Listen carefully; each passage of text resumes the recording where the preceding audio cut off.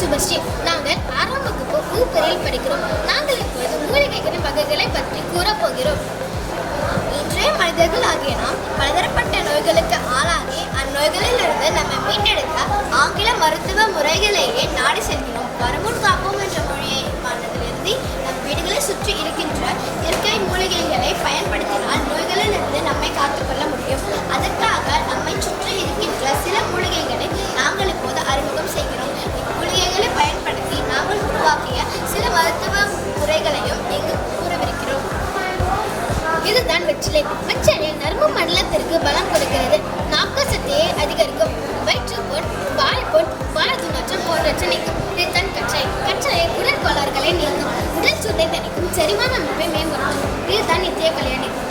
ரத்த அழுத்தம் மற்றும் சர்க்கரை நோய்களுக்கு நல்லது. அழகு சார்ந்த மருந்துகள் தயாரிக்கவும் பயன்படுகிறது. இதுதான் குப்பைமேனி. செடி நிலைகளை அரைத்து கட்டியின் மீது பூசினால் உடனே கட்டிகள் கரையும். இதன் நிலைகளை முகர்ந்தாலும் அல்லது நீரில் போட்டு கருக்கைத்து ஆவி பிடித்தாலும் உடனே தலையில் ரத்த அழுத்தம் தீரும். இதுதான் துளசி. ஜீரண கோளாறுகள், காய்ச்சல், இருமல், இரல் சம்பந்தமான நோய்கள், காது வலி முதலியவற்றுக்கு சேர்ந்தது இரத்தத்தில் உள்ள விஷத்தன்மையை வெளியேற்றி சுத்தம் செய்கிறது. இதுதான் கீழாநெல்லி. மஞ்சள் காமாலை, குடல் புண், பசியின்மை, தோல் நோய்கள் ஆகியவற்றை போக்கக்கூடியது.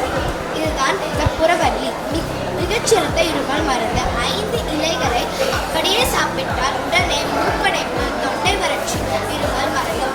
இதுதான் வேப்பிலை. வேப்ப மரத்தின் பட்டை முதல் வேர் வரை அனைத்து பகுதிகளும் பல்வேறு நோய்களை குணப்படுத்துவதில் பரவலாக பயன்படுகிறது.